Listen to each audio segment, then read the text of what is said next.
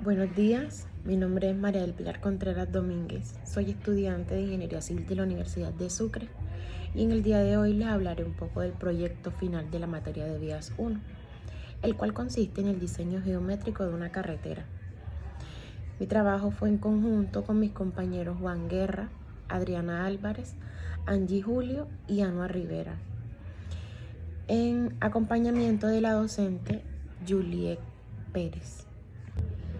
Como objetivo principal para la realización de este proyecto, tuvimos que tener en cuenta la normativa, la temática vista en clase durante todo el curso, para poder diseñar una vía completa, buscando garantizar un diseño seguro, eficiente, cómodo para quienes lo utilicen, cumpliendo con él la normativa vigente y con las normas de INVIAS. Dentro de los objetivos específicos para la realización de este proyecto se destacan los siguientes: analizar y aplicar los criterios para el diseño de alineamiento vertical y alineamiento horizontal. Segundo, determinar las velocidades de diseño adecuadas. Aplicar fórmulas para las curvas simples y espiralizadas. Y por último, evaluar radios mínimos y pendientes para el tipo de terreno. Siguiendo con todo esto, nuestro diseño se estructuró en tres grandes bloques de trabajo. Primero, el marco teórico, el diseño de alineamiento horizontal y el diseño de alineamiento vertical. En el marco teórico se investigaron los principios fundamentales para el diseño vial, incluyendo en él los conceptos como radio mínimo, velocidad de diseño, peralte, sobreancho y otros, los cuales nos permitieron tener los conceptos claros para aplicar los cálculos en una base sólida. También se buscó más a fondo acerca de los temas como curvas cóncavas, curvas convexas, transición de peralte, transición en una curva, velocidad de diseño, entre otros. Seguidamente procedemos a analizar la topografía del terreno que se nos entregó, el cual es un terreno comprendido entre la estación y Caimito, en el departamento de Sucre, con el cual concluimos que es un terreno ondulado, lo que influye directamente a hacer el cálculo correspondiente de pendientes, peraltes y velocidad. Teniendo en cuenta las especificaciones del terreno, procedemos a escoger la velocidad. Como conocemos el terreno, nos vamos a la tabla que nos suministra el INVIA, el cual está entre categorías, tipo de carretera y la velocidad. Teniendo en cuenta la información que nos suministra la tabla, podemos tener una velocidad de entre 50 km por hora y 80 km por hora. Y así procedemos a asignarle la velocidad de diseño a nuestro proyecto. En este caso fue de 60, por lo cual a la primera curva se le asigna la velocidad de diseño. Hacemos el análisis de las velocidades tanto de ida como de regreso. Lo que tenemos que también para el análisis de regreso será la misma velocidad de diseño. Para nuestro diseño se basa principalmente en dos curvas simples, que sería la 7 y la 9, y dos curvas espiralizadas, que sería la 6 y la 8, tomadas de esta manera por su continuidad. Ahora procedemos a diseñar en AutoCAD. Para la curva número 6 nos resulta una curva espiralizada, como ya les había dicho antes, debido a su continuidad, diseñada para una velocidad específica de 80 km por hora, con un radio de 279 metros, cumpliendo con el mínimo exigido por el INVIAS. Calculamos todos los elementos de la espiral, como el parámetro K, la longitud de transición y el peralte. Procedemos a seleccionar un ancho de calzada en tramo recto, conociendo que tenemos una carretera secundaria en un tramo ondulado, con una velocidad específica de 80, lo cual por tabla nos da una calzada de 7.3 metros. Por lo tanto, nos resulta un carril de 3,65 metros. Procedemos a calcular las pendientes relativas máximas y mínimas, de acuerdo a la velocidad de diseño, que es de 80, estipuladas en la tabla,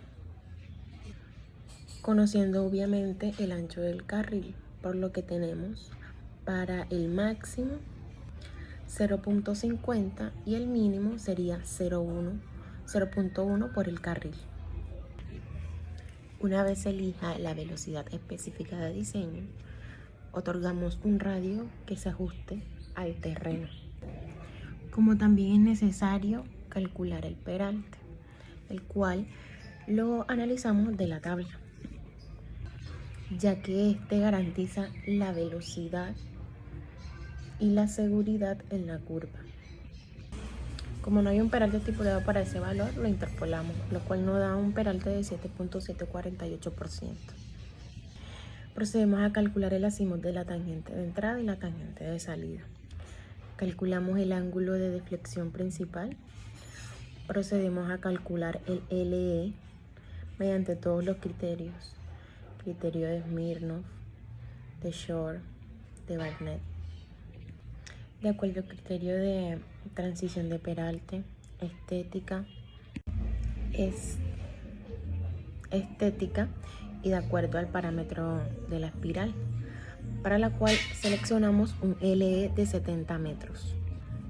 Seguidamente procedemos a hacer el cálculo de todos los elementos geométricos de la curva espiral, el cálculo de las coordenadas cartesianas, del punto desplazado.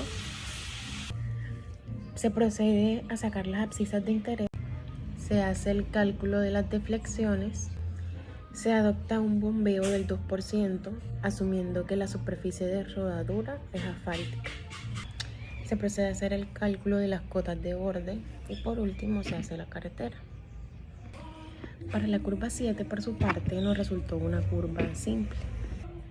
Teniendo en cuenta su velocidad, que es de 80 km por hora, nos resultó un radio de 286 metros, el cual sí cumple con las normas estipuladas en el INVIAS, por lo que esta elección nos brinda la seguridad, la comodidad y el confort en el momento de transcurrir en esa curva. Seguidamente procedemos a hacer los cálculos siguientes, como lo hicimos anteriormente. Ancho de calzada, pendiente relativa, el cálculo de los elementos de la curva simple, cálculo de las abscisas, el cálculo del peralte, que en este caso fue por interpolación, cálculo de las cotas de borde y procedemos a organizar todo en la cartera. Para ambos casos, fuera curva simple o espiral, se aplicaron todos los criterios y también se tuvo en cuenta las recomendaciones del INVIAS. Ahora, para hacer el cálculo de volúmenes se nos pidió un ejercicio propio. Aquí en este procedimos a hacer el cálculo de áreas de las secciones transversales y volúmenes entre secciones, con un ancho de banca de 10 metros.